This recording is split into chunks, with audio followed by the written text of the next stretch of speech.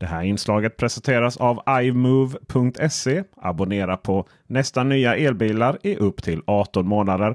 Fria mil, fri service och däckbyte ingår. Facebox, en svensk laddbox med automatisk lastbalansering och minimalistisk design. Macrent, din fullserviceleverantör med Sveriges största Apple-lager. Samt Kempower, tillförlitliga och lättanvända snabbladdare för elbil, lastbil och båt. Hej och hjärtligt välkomna, Peter Esse här och jag sitter i nästan, man kan tro, en enhörning. Någonting som många har talat om, kanske sett men aldrig riktigt suttit i. Jag pratar alltså om Volvo EX90. Den har varit på G länge. Nu är det faktiskt så att den har börjat tillverkas och vi har möjlighet att köra EX90. Volvo EX90 är ju den här bjässen som inte bara är en viktig bil här i USA, där vi är och kör nu i Kalifornien, utan också Volvos enda egentligen helt egenutvecklade rena elbil. För om vi tar 40-serien, en plattform som egentligen aldrig skulle vara ren el. Det var XC40 var tanken att det skulle vara plug-in hybrid eller fossil. Sen så har vi EX30 som visserligen är en ren elbil, men den baseras ju på SCA-plattformen som är smula generisk. Det är lite glättigare, det är lite enklare, lite billigare. Men EX90 känns som att det här är en riktig Volvo. Det är inte för enkelt, det är inte för simpelt. Men sen i gengäld så är det inte heller för premium. Det är inte för sobert, utan det är lite Volvo helt enkelt. Det ska vara lite lagom och det har vi här. Men kanske så har det ändå blivit lite för... Vi återkommer till det. Varje gång Volvo har lanserat en ny generations bilar så har det blivit nästan chockvågor genom det svenska samhället. Oftast då så blev vi förvånade över att de kostar så mycket, bilarna. Det började ju kanske egentligen med att överhuvudtaget lansera en stor SUV från Volvos håll. Och det blev ju en monumental succé. Det var nästan så att du kunde räkna XC90 som tillverkas i Göteborg som en egen kategori av svensk exportindustri. Den var enorm, den framgången. Sen så varade det ända till år 2014 så kom efterföljaren EX90 och även den blev ju en framgång. En tredjedel av försäljningen går här till USA, så det är en amerikansk bil. Då är det inte så konstigt heller att vi är i USA och kör efterföljaren EX90. Jag vet inte om folk var så chockade att EX90 var så dyr, en Volvo för runt miljonen. Det var nog inte det som har varit det största problemet med EX90. Det största problemet har ju varit att den lanserades i november 2022. Och tanken var att bilarna skulle levereras 2024. Men så blev alltså inte fallet, utan det har varit en rad utmaningar med att ta fram Volvo EX90. Och det har handlat om LiDAR som fortfarande inte är igång. Det har handlat om datorn, att den är för långsam, att bilen tar för lång tid att starta. Och även nu när den kommer att levereras till kunder så kommer den utan en rad funktioner såsom vissa säkerhetsfunktioner. Vi pratar om att bilen alltid faktiskt är lite igång. Vilket tar lite batteri hela tiden. Det står dränera lite batteri. Men det är ju ingenting som kanske kommer påverka så mycket i vardagen. Men det är ändå en kompromiss man har fått gjort. Och de säger själva i utskick till kunder att man kommer att byta ut huvuddatorn till någonting annat för att det ska i framtiden fungera. Att den inte ska stå och ha lite dränering av batteriet. Så saknar CarPlay, även Vehicle to Grid. Men det är nog någonting som vi ändå inte har hemma ännu, så det gör inte lika mycket. Avsaknad av dessa grejer är dock ingenting vi märker nu när vi kör runt här med vår 5 meter långa Volvo EX90. Stora grejen med 90-serien, SUVen, har alltid varit att vi har flera säten, så vi kan ha upp till 7 säten eller 6 säten. Så vi har en tredje stolsrad. Vi kör runt med motoreffekt på 380 kW. Och det behövs faktiskt. Det är performance dessutom. I den vanliga fyrhjulsdrivna som kostar 55 000 kronor mindre. Där är det 300 kW totalt på de båda motorerna. Svårt att säga om det blir någon större skillnad. Jag kan i alla fall konstatera att den här bilen som är så pass tung, det är en av de tyngsta elbilarna på marknaden. Antingen skulle behöva mer motorkraft eller mer välkalibrerad motorer. Det är lite när vi startar, så efter någon sekund så är det nästan så bilen får extra kraft och nästan rycker till. Det är inte så bekvämt att sitta och åka. Man undrar nästan vad föraren gör. Men när vi väl accelererar upp från 0 till 100, då gör vi det på 4,9 sekunder med vår EX90 Twin Motor Performance. Om vi inte väljer performance, då är det 5,9 sekunder. Så det ska nu också gå bra att komma iväg.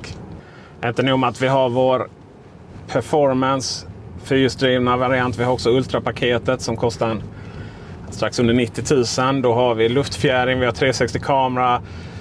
Vi har pixel LED framåt, så det adaptiva ljuset som fungerar väldigt bra, tror jag. Inget som vi har kunnat testa här.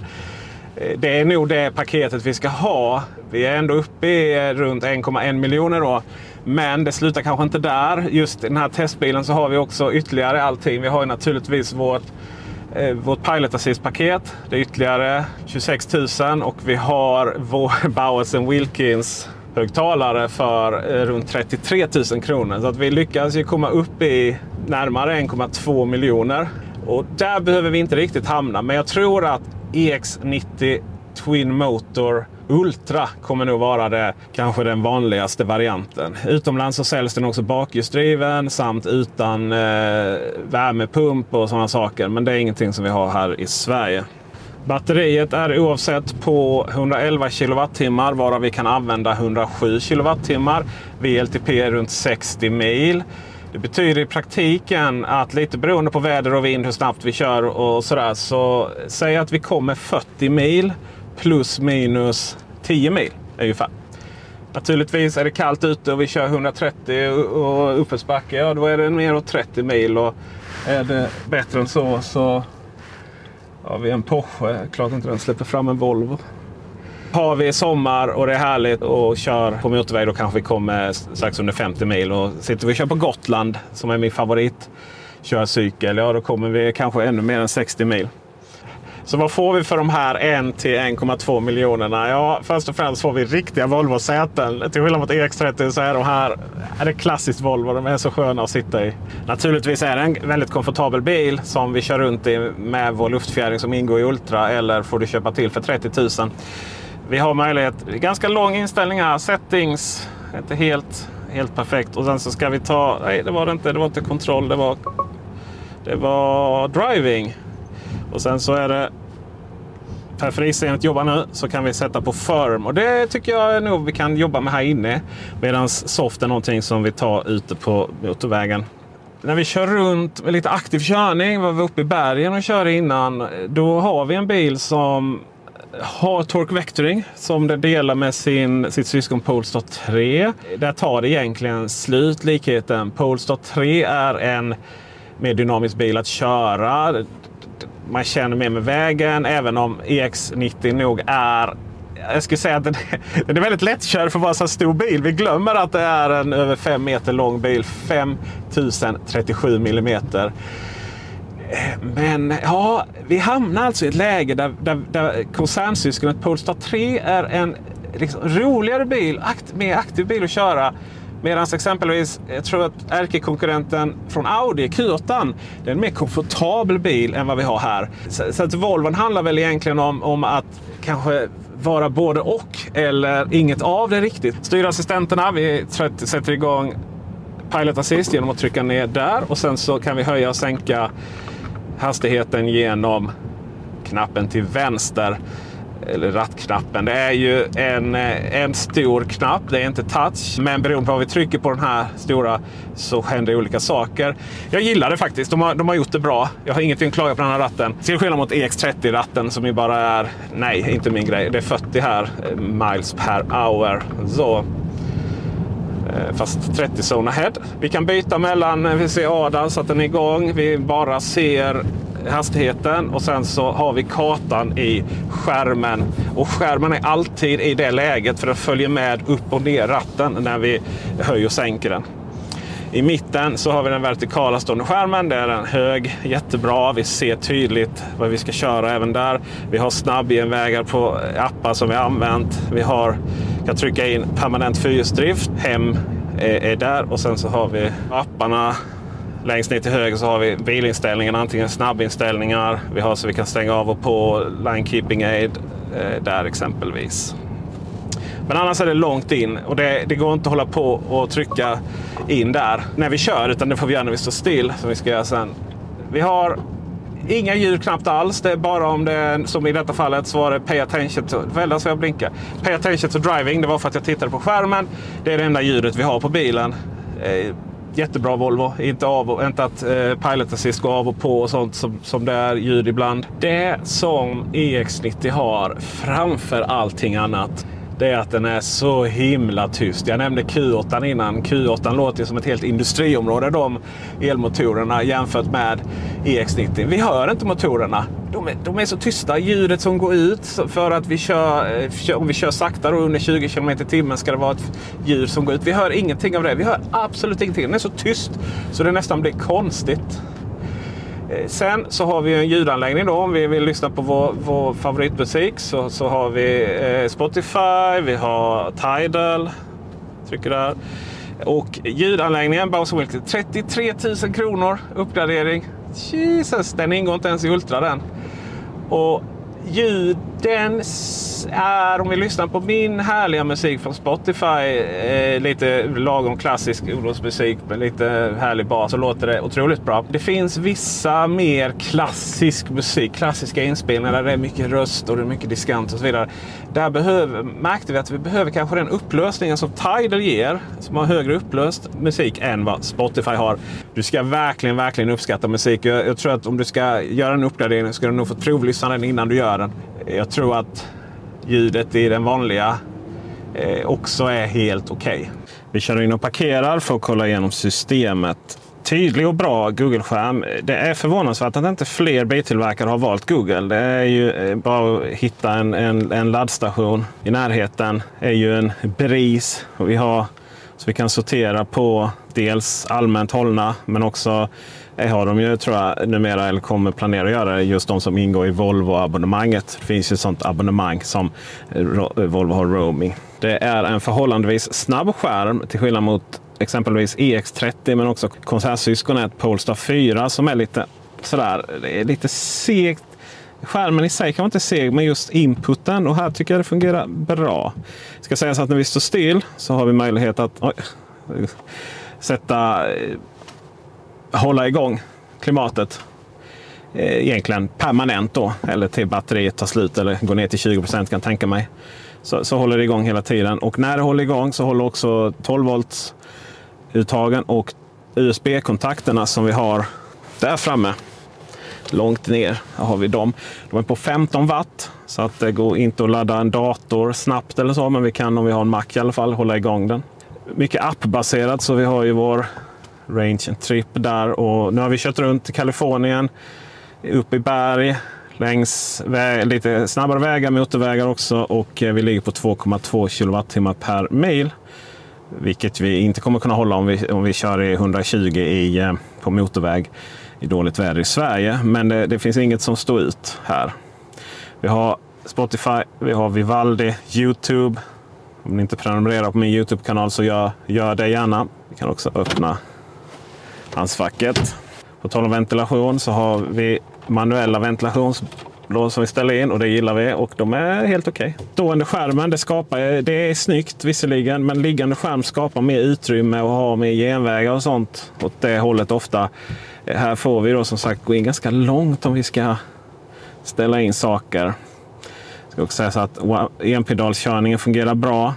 I övrigt interiört så, jag sa innan att det är ju Volvo, men det här är lite, det är nog just det här materialet är min favorit.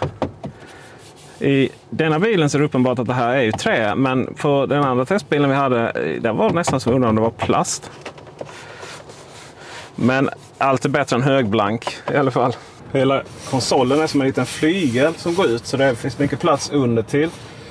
Och på ovansidan så har vi induktionsladdare. Vi har ganska stora och flexibla mugghållare. Volymkontrollen som bara är så helrätt och snygg, kolla detaljerna. Vi kan också byta låt på det här sättet. Pausa med bra känsla till den. Naturligtvis helt vanligt utrymme där vi dessutom kan öppna ännu längre ner och komma ner. Så vi har dubbla fack. Fönsterhissar får vi välja. Det är samma knapp om vi ska göra bak eller fram. Så som på Volkswagen. Jag vet inte, det är ingen jättegrej. Att sitta bakom mina 1,86 när andra stolsraden är i längst så långt bak han kan komma. För det går ju att ta fram den för att få mer plats för tredje stolsraden. Det går även att luta upp så de får mer plats. Och då kan det bli lite tajt. Men för de som, eller du som behöver antingen en 7-sitsig bil eller 6-sitsig. Men 6-sitsig försvinner ju den här mitten. Är det så att du behöver det, kanske du inte har så många 1,86 170 kilos klumpar här bak ändå. Annars så är det ju om du vill ha en stor och härlig SUV där du ibland tar upp en stol där bak eller två. Då passar det ju bra att ha dessa tillbaka längst bak, tillbakadragna så långt bak det går. Så det blir lite flexibelt. Vanlig, lite fascinerande mugghållare. Det fungerar bra i alla fall i huvudsaken. Så sitter vi här på rätt skönt. 4-zonsklimat. Vi har stolsvärme. Bra, tydliga ventilationsutblås. Här är inga problem ur ventilationsproblem. Däremot, det finns inga sådana handtag på någon. Hallå, det här är ju Volvo. Det är hög medelålder på den här bilen oftast. Ska vi bara göra ett försök att ta oss bak också. Då är det inte denna, för den fäller. Utan önskar mig lycka till.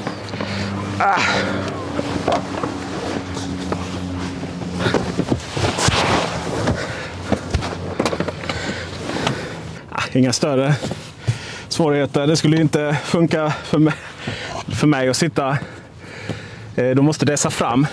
Lite för lågt i tak och så. Men nej, det är ju verkligen inte för mig. För vuxna att sitta här bak även om det går temporärt eller du är lite mindre. Det är ju magen och storleken så inga problem. Utan det är ju knäna då som för mig som inte räcker till. Det är ganska korta dyna här bak. Men också faktiskt mitten också. Så jag kom ut. Det är svårare. Får vi göra så. Och ta oss ut.